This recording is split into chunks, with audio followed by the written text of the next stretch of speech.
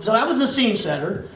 Shay and Firefly is just one example of what's going on. So what I want to do is just very briefly, because their bios are all on the website, you can find out all the more experiences about them on LinkedIn.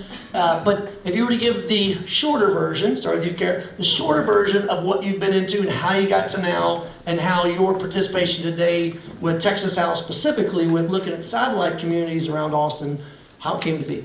Thanks, Joseph. So yeah, I'm wearing several hats on this panel today. Not as cool as his signature hat, but my last name is Stetson, so that buys me some panel cred. Yeah. I wish I had made that connection. Well, you're welcome. So first and foremost, I'm a Department of Army civilian. I'm about 15 years, so I'm the Deputy Chief of Staff at Headquarters Army Futures Command, which is right down the street. That has led me to also seek an opportunity to bring women together in the defense community. So I'm also the first Women in Defense president in the state of Texas, Women in Defense Lone Star. So woo woo. Any women in here? Absolutely.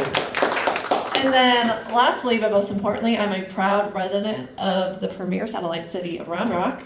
And in that role, I serve along with Brandon, the chair on the Defense Innovation Task Force underneath the Chamber of Commerce there. So I've got my fingers in a lot, but I'm really excited to be here today. This programming is amazing. I'm excited to be part of the inaugural Texas House, and I look forward to talking to you all.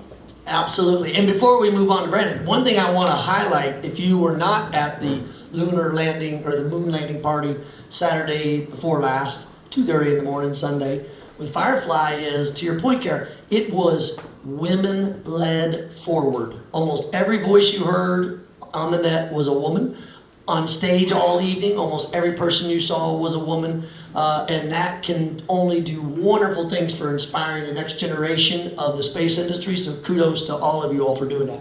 But tell us about the defense innovation scene in Round Rock, and maybe even a little bit about how we got to know each other way back in the day. My name is Brandon Cates. Good morning. I don't have nearly the cool last name that can tie into Texas history, but I do have a history with the gentleman on the end with the hat.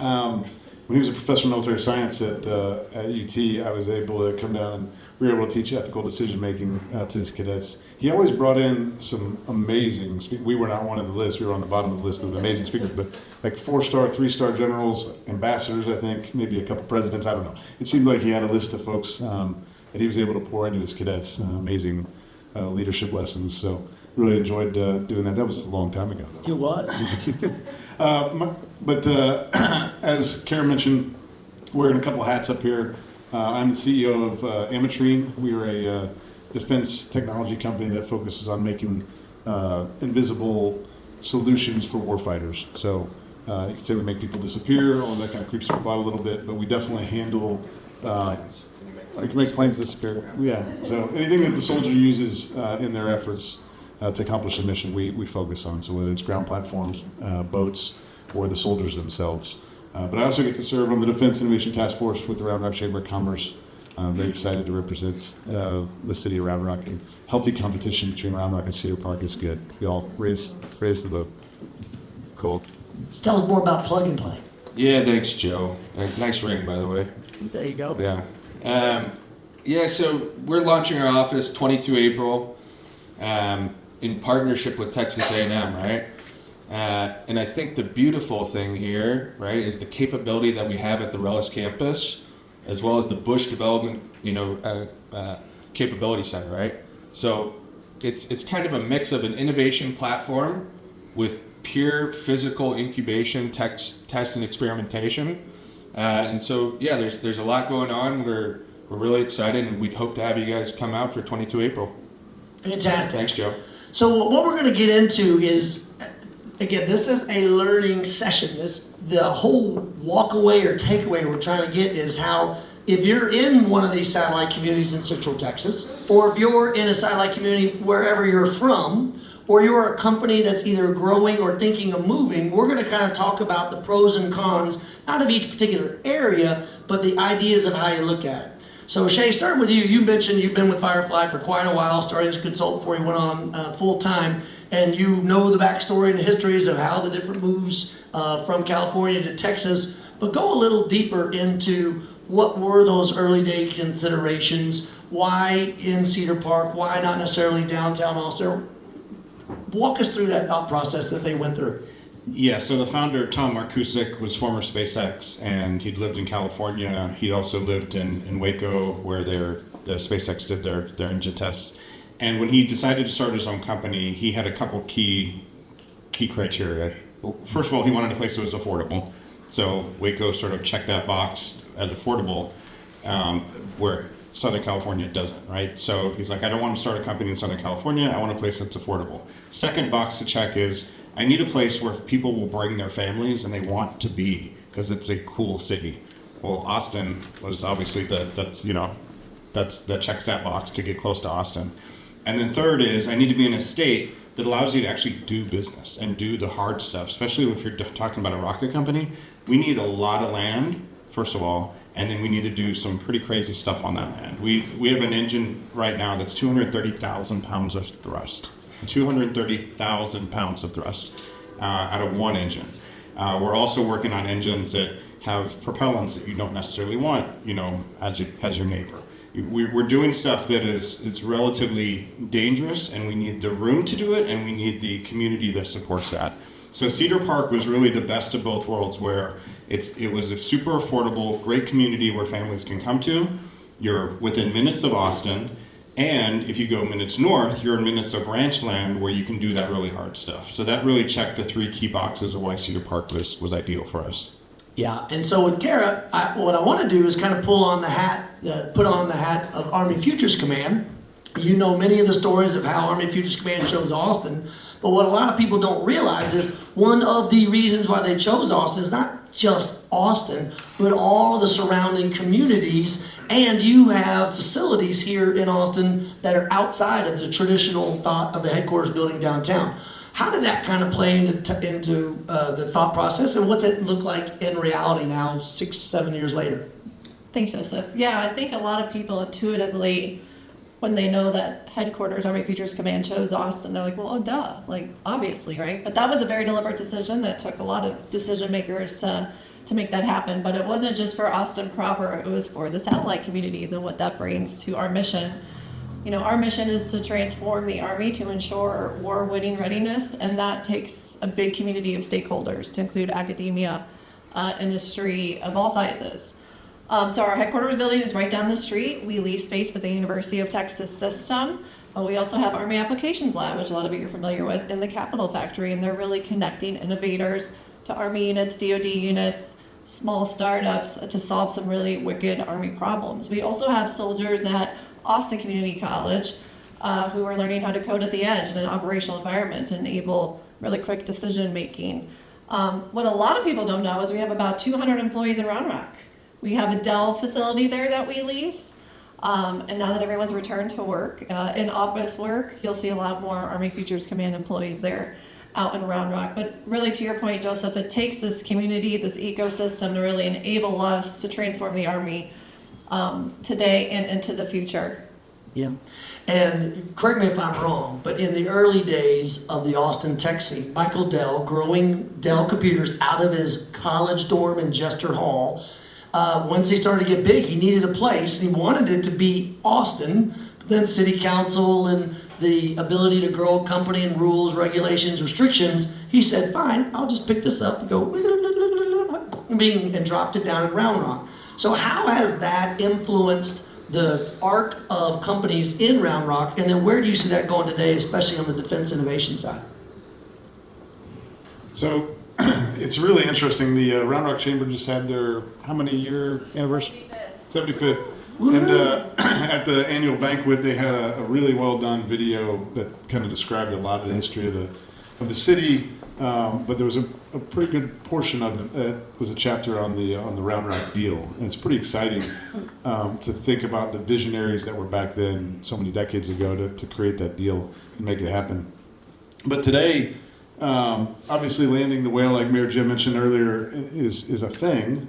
But to his point, it's also getting two engineers or two scientists with an idea and bringing them to the city, and then surrounding them with an ecosystem, which is a word I hate to use, but there is that. It's Round Rock. It's a cool city. It's got a really neat downtown and all that kind of stuff.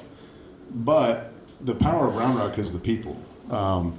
When I moved the company from Israel landed in Maryland for a temporary period of time, and then moved it to Texas. And it was a deliberate scouting. We looked in Florida, we looked in Tennessee, North Carolina, Oklahoma, and Texas. And we wound up, I think, searching 12 different cities and doing an analysis across the board. And we had a huge decision matrix built up. And at the end of the day, you know, the combination of Fort Hood, Armed Futures Command didn't exist back there when we moved to Round Rock.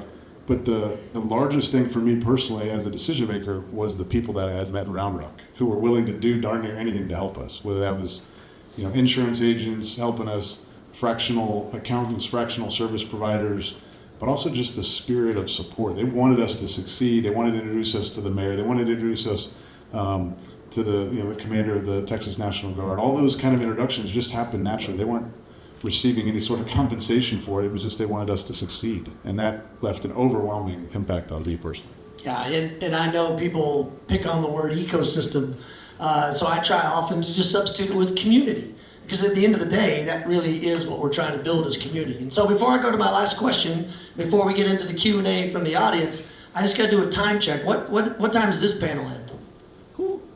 So we will move into place-based innovation at 11:30. 11:30. Okay, good. So we have plenty of time for questions. That's what I want to make sure. I get really excited up here, Jay. Sometimes I forget the timelines. I have to check in with the boss. All right, so Plug and Play's got a very interesting model, which is you are purposefully going around to different communities. What are part of your site selection, and what are you looking for? Obviously, Cedar Park was your first in Texas. And I'm thrilled for the fact that Kevin, from our first phone call, was able to work with Mayor Jim and turn that into what you all have done. But now you're, like you mentioned, you're partnering with Relish and College Station. Yeah. What does the criteria look like, and maybe where are you going next? Yeah, so it was a few things. So, you know, affordability was one, right? When you talk about College Station, you know, heck, we're even more affordable than Austin, quite a bit, right?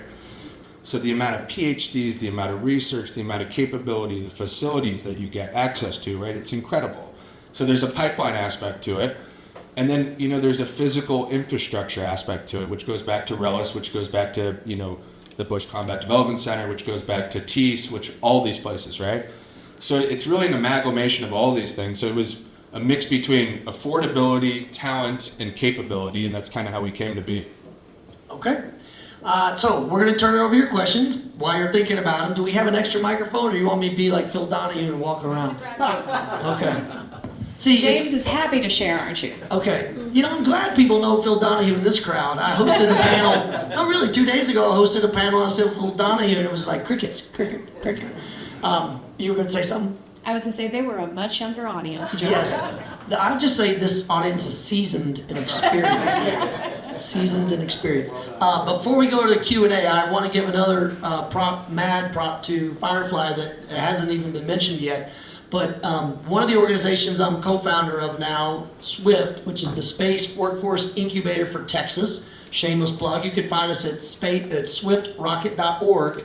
Our whole mission is to train the people that actually build and make the rocket. Not just design it, but make it. They actually turn the wrenches, they actually build the pipes and the storage devices, and they connect them all. So it's welders, electricians, and plumbers. And Firefly was one of the very first companies ever to open up their test stand to allow engineers and workers from the University of Texas to do that. So we're taking that model and we're going statewide. So another great prop to you all. So let's have the first question from the audience right here in the front. Yes, ma'am. And if you can share your name and what organization you're with.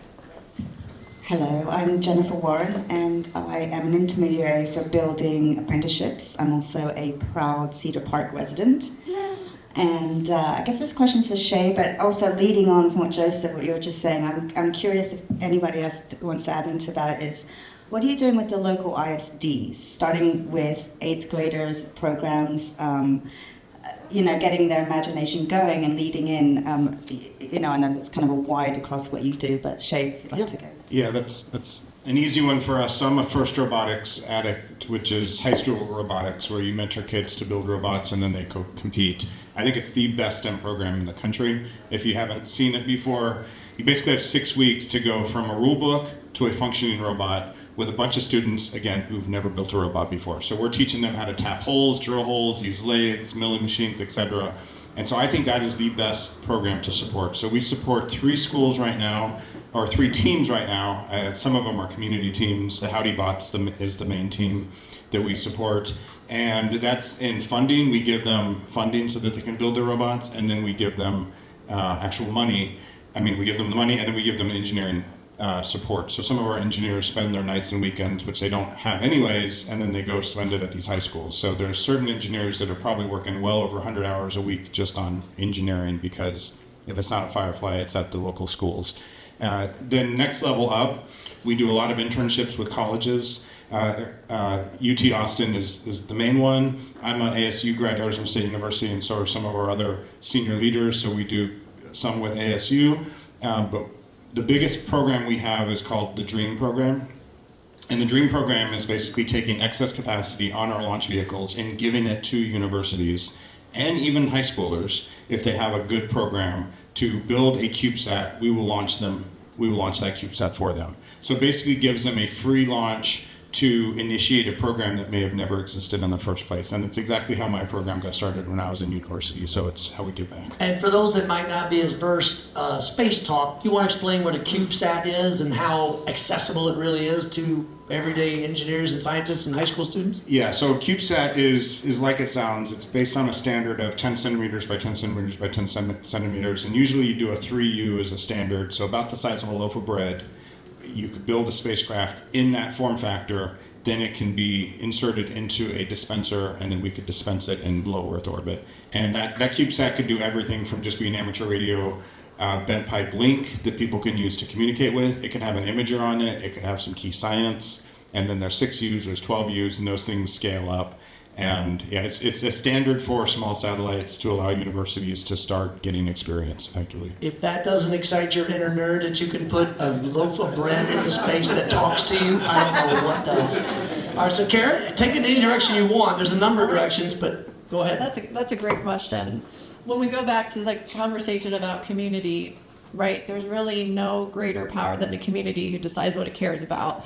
And I think collectively in Central Texas, our communities have decided they care about building up that next pipeline, that generation of talent for our national security interests. I think it's a great thing. At Army Futures Command, we're still getting the word out, believe it or not, that we're here. But we did host the Pflugerville ISD principals to our headquarters. Nice. Yeah, and so anyone who wants, you always have an open invite for us to educate the educators about our mission. Additionally, we work with a lot of local universities on robotics, and we've done some really great things with youth. But another cool thing I would like to share, what a lot of people don't know, is even with headquarters, Army Futures Command writ large, we're about 29,000 employees globally. We're 91% civilian. And so I was just talking to someone earlier today, there's not really a clean track into civil service a lot of the time, right? You don't go to college saying, I'm going to be a deputy chief of staff at Army Futures Command, which is a really fun job, and it's not something I ever thought I would be doing, right? So it's about educating that next generation on what service could look like for them. We're recently partnering with the University of Texas system to work this, what we're calling DCTC, Defense Civilian Training Program. And really what it is, it's kind of like our OTC for civilians, where they can, their junior and senior year, take some classwork that teaches them about national security, gets some of that lingo out of the way, so that way when they graduate, they're familiar with it. And we put them right into the Department of Defense, Department of Army pipeline. So there's a lot of really cool things we're doing to make sure that we're building that next generation. Yeah, and the world's a small place. I'm actually on the committee with Kara, working on that initiative. So what else is going on in the world of work with ISDs or young people to inspire them into new opportunities? So I think for Round Rock, the thing that Kara said about the community is really the important part. In the Chamber of Commerce and the Momentum Council that exists there to create economic development, there is the Round Rock superintendent there, the Texas State University, I don't know what her official title is, but she represents the campus that's there. I think she's the president or vice president. And then Austin Community College is very active. And so what comes out of that are creative ideas, ways to enhance workforce development programs, ways to pull information from industry partners who are in the city. What kind of skills do you need, to the point of, do we need folks who know how to build rockets? Do we need folks who know how to build thermal sensors, in my case, or any other things? And I think that collaboration and community relationship is what is really important. Anything else to add? Yeah, sure. I mean, clearly we're partnered with Texas A&M, but the other thing, I had a nice dinner with Mayor Nichols and Mayor Gutierrez of Grind and College Station last week, and they're so interested in what we're doing, and so from an eco-dev perspective, we've really pushed this idea of aerospace and defense across the region and gotten everybody excited from the top down. So yeah, we're really excited. Excellent. Yeah. And usually as the moderator, I always put like the little disclaimer up front, which is we're here to ask a question, not give a monologue or whatever you say. Hopefully it ends in a question mark. And so I want to say, great job on that first question. Now, Jay, you have the microphone next. No pressure. No pressure whatsoever. No pressure. So good morning. I'm Jamie Sully with a small company named Rent Threat X. I am concerned. I live out in Dripping Springs, and we're not represented, I think, in this space defense. But you're here space. now. Exactly. Nice plug, Exactly. shameless plug. Yeah. Well done. I'm going to go back and see what we're doing besides making whiskey and vodka. But in all seriousness, thanks for the insights, and that was a great question in terms of what we can do to shape the pipeline for engineering talent. And clearly you represent an element of the demand for engineers here in Central Texas. I'd like to get your assessment on where we stand right now in terms of the supply side of engineering talent to meet the, bad word choice, I guess, in a rocket aerospace, the exploding demand for engineers in Central Texas. Great question. How are we doing? Do you want me to go first, sir? So it's very difficult, I would say, to hire the right person, the right education, the right passion. I think we still have a general problem in the country where people who do go to school, they think as long as you go to school and you do get a degree, you're winning. And I think they're missing the hands-on element of what did you build while you're in school? What did you do to show that you're passionate in the thing? Whether you coded something, whether you built a UAV, you have a hobby of talking to satellites, tracking, whatever it is, that passion coming through with an actual hobby or proof of that you do something is a key element that I always try to give back to the university. So whenever we're talking to the schools, we really lean in on that. Because I'd rather hire somebody with a 3.1 who's built several robots than a 4.0 who doesn't know how to use a screwdriver, right? So that's a big lean that I think we all need to continue to help shape. And it's more fun personally. I mean, I'd much rather build stuff than go to a class, right? So I don't know how we get that more, but it's a challenge and it's not trivial. I would say we're not there yet. Yeah, that's a great takeaway, especially because so many people in this room are either parents or they know folks that are inspired to go in these areas. It's the hands-on. That's the real takeaway I got.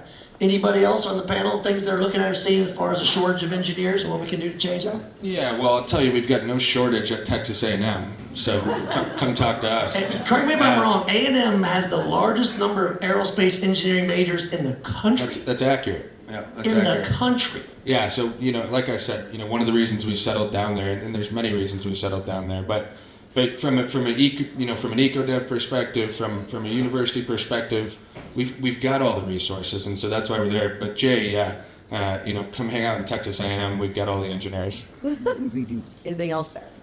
For us, it's not a problem of finding engineers. It's a problem of finding anybody who's ever done what we do, and it's hard to do that, right? And most of these companies that are creating some disruptive technology, especially for the Defense Department, you may not have a transferable experience, right? Making things invisible wasn't a career path 20 years ago. And so we find engineers, scientists in different domains and then have to train them on what it is that we're doing. But it's not a problem for us. To your point, the pipeline is thick of folks who are wanting to learn new things. Anything else to add? I mean, I would just add for us, our biggest value sell for engineers is service. Sometimes we can't pay them what they can make in the private sector. We have been given additional congressional authorities to be able to more quickly hire engineers and pay them a little bit more money to make it a little bit more desirable for them to come work for the Department of the Army. But we need engineers, but I would also say don't just limit yourself to STEM fields because you'll be surprised at what non-STEM folks can do too. Yeah, absolutely.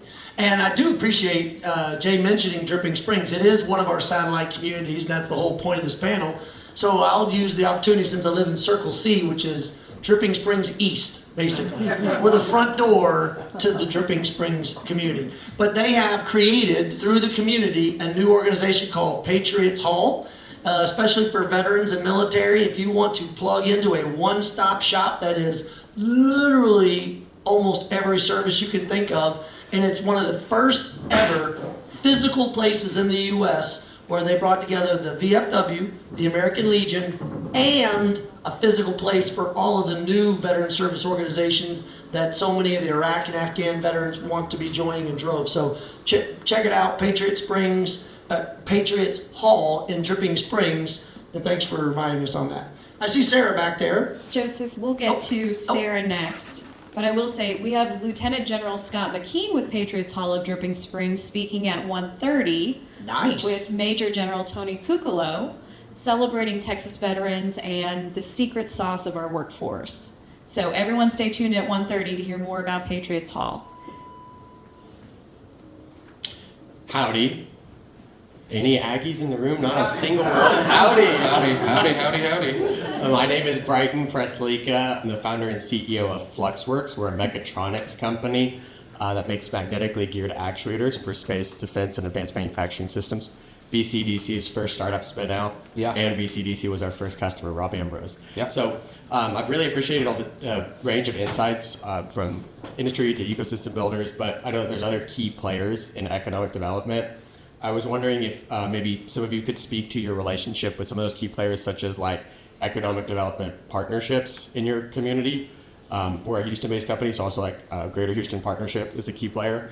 Or I know Firefly recently won an award from the Texas Space Commission, so like state level entities that offer incentives or resources to help out private industry. Just speaking to some of y'all's organizations' relationships with those. Yeah, it's a great question. So I'll put my CEO hat on as opposed to the task force hat. We have an amazing relationship with our chamber. And I don't know if you'd asked me 10 years ago how important that would be. If I'd have been able to give a coherent answer, I probably would have said that. I doubt it. It's not that big of a deal. But it is unbelievably impactful. So every year, somebody from the chamber comes out and does a business survey of how we're doing, what are the things we need. And that's at one point in time, and it's extremely valuable. Usually a series of action items come out of that. But it's the day-to-day things that help, whether that's helping a building permit move a little quicker because we're focused on national security, and those kind of things have a meaningful impact on the nation if we can't produce our products. It's the connections that come out of chamber events or social events. The economic development component of it for us personally was also a big driver for us to come to Round Rock, right? There was incentives structured that were much faster than the state of Texas. I don't know if anybody's ever experienced Texas Enterprise Fund. It's an 18-month process that you got to kind of commit yourself to and buckle down and do a lot of hard work. The chambers and the cities are able to just move so much faster. And that's not disparaging the Texas Enterprise Fund in any way, shape, or form, or any of those other programs. But for us, we just don't have the time to support that kind of a timeline. Yeah. Anything else to add? Do you want to address Firefly and your relationship with the Texas Space Commission? Yeah, so Cedar Park's been a supporter, I think, since day one. I haven't been in a lot of those conversations, but I know our facility right in Cedar Park, there's been a lot of collaboration there. As we've grown, there's been support from the city. We've been leaning on Texas a lot for years and years. I know we've gotten some support at Washington via Texas, but this Texas Space Commission is the first funding that we've gotten from Texas, which was critical to us. If you look at the infrastructure required for a rocket company, it's probably one of the hardest businesses in the world. You're talking tens to hundreds of millions of dollars just in infrastructure to be able to develop a new rocket. And that's not something that a customer is willing to pay for. They expect you to already have it. So we need more of it, and hopefully we'll do better at working with Texas and making those partnerships thrive. Yep. Anything else to add? Okay. So, and by the way, I want to go back, as again, entrepreneurs, a lot of us in the room. That was a perfect question because he said his name, he said his company, he gave a very brief, 15-word description of what his company does, and then he got to his question. Kind of tucked it in very shamelessly. I like that. Who's next? Always a teacher there. Always a teacher. Always trying. Coach, teach, mentor. Well, he's going to put our Bunker Labs alumni on pitch practice after this. Heck yeah. Sarah? Sarah Mitron with Nath Management Consulting. The question is, how can we help you be more visible in the community? I attended Space Academy, and there were folks in the audience that didn't know about Firefly's Aerospace. And an add-on question is there any legislation or policy that you need to help you further your commercial success? Yeah, so you want to take it? Yeah, I'll start. So we have former NASA Administrator Jim Bridenstine on our advisory board. He's an amazing guy, if you've met him, former congressman, fighter pilot before that. And he came to us and he's like, you all need to learn how to have hype. We're missing the hype element, right? And so we're just like, we're too busy working. We have stuff we're trying to do, right? So I think we're still growing on that front. We don't have that hype front person like other companies do. Though I would say our new CEO, Jason Kim, is phenomenal, and he's been game changing. He has the relationships. When we go to the Pentagon, etc., he knows the generals, not just because he knows them, it's because he's done really good things for them, and so they trust him. And so I think we're going along that route a little bit more than the Twitter wars is our attack plan, and I think you'll see more and more of that. And obviously, what we did last weekend is going to be game changing for our name. But at the end of the day, we have to continue to deliver. There's no room for error in this business, and it's really easy to make an error. So, like I said, we have a launch in a few days that has to go perfectly. We have another launch in a few months after that. We have another lander in 18 months. We have to just continue to deliver, and I think our name will speak for ourselves. And before anybody else responds, because it's a great question, I want to remind the audience the role you all play. Look, you're interested in this subject, hence why you're here. You hopefully want to see more success out of places like Texas House. So you have this little device in your hand that is connected probably to Instagram and LinkedIn. And correct me if I'm wrong, the Instagram handle is Gone to Texas House? Correct. There you go. Gone to the number 2 Texas House. So if you want to be promoting some of what they're doing, here's your chance. So what are other ideas you're using to engage with the community? So for us, being in places like this is quite helpful. Like I said, even though our Teachers Command has been in Central Texas since 2018, there's still a lot of people who don't know we're here. So for us, we've really tried to increase our strategic outreach efforts, and that involves things like this, but also things about bringing people into our building, like I talked about school districts. For us too, another thing that's important is that we brand the Army as innovators. The Army's been innovating for a very, very long time, and not everybody realizes that. And it takes partners like you all to innovate with us, but that's just something that we've really been trying to foot stomp. Is the Army's been innovating for years, and we're excited to be part of this community here. For us, from a corporate perspective, we like to fly under the radar, no pun intended. And we don't want social media. We don't want any of our stuff on social media. I love it when I talk to a job candidate. They're like, "I don't really know what you do." I'm like, "Perfect, just right." But from a Round Rock Chamber and a Defense Task Force perspective, we want to publicize that extensively, broadly. The Chamber and the city came together and formed an innovation grant to incentivize defense companies who want to move to Round Rock. That's something we need to get out more and more, and I think actually Lauren is doing a lot of help in that domain as well, some of the ladies in the back. But we're very proud of that. We're very proud of what it's doing for our city. And for me personally, as a veteran, as well as somebody who just cares about the defense industry, I'm excited about the new companies that'll come. Yeah, the other thing that they're doing in different ways I've seen firsthand, for instance, is I had the opportunity to be with your co-founder of Firefly, Eric, at the TARSEC workshop about 2 months ago, something like that. We were on a panel together, and then at the University of Texas, they got to host the Space Force National Defense and Space Summit at the end of February, and Jason Kim was a part of our panel. If you haven't met Jason, their CEO that he was describing, he is going to be able to help create some of that sizzle, I think.